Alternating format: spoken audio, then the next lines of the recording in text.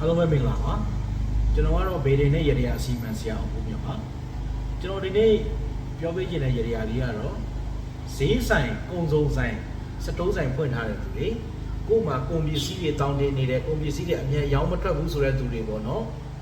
ဒီကို့မှာရှိနေတဲ့ကုန်ပစ္စည်းတွေအမြဲရောင်းထွက်စေဖို့အတွက်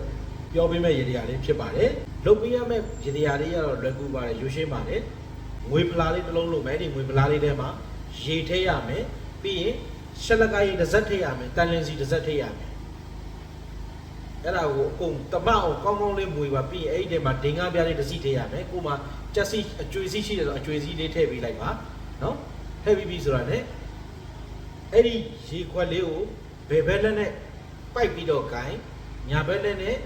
ပြင်းတော်သိန်းညွန့်စက်တက်ညွန့်ကိုစီးထားပါပြင်းတော်သိန်းညွန့်စက်တက်ညွန့်ကိုညာဘက်လက်နဲ့ဂိုင်းပြီးတော့မှဒီဖလားထဲမှာရေဖလားထဲမှာစိန်လိုက်စိန်ပြီးတော့ကိုရောင်းချင်တဲ့ရောင်းထွက်စေခြင်းနဲ့ကုန်ပစ္စည်းလေးတွေကိုလိုက်ပြီးတော့မှဖြန်းရင်းနဲ့မှဗဇက်ကနေပြီးတော့မှရေရုပ်ပါအမြန်ဆုံးရောင်းထွက်ပါစေအမြန်ဆုံးရောင်းထွက်ပါစေဆိုပြီးရေရုပ်ပြီးတော့မှလိုက်ပြီးတော့မှ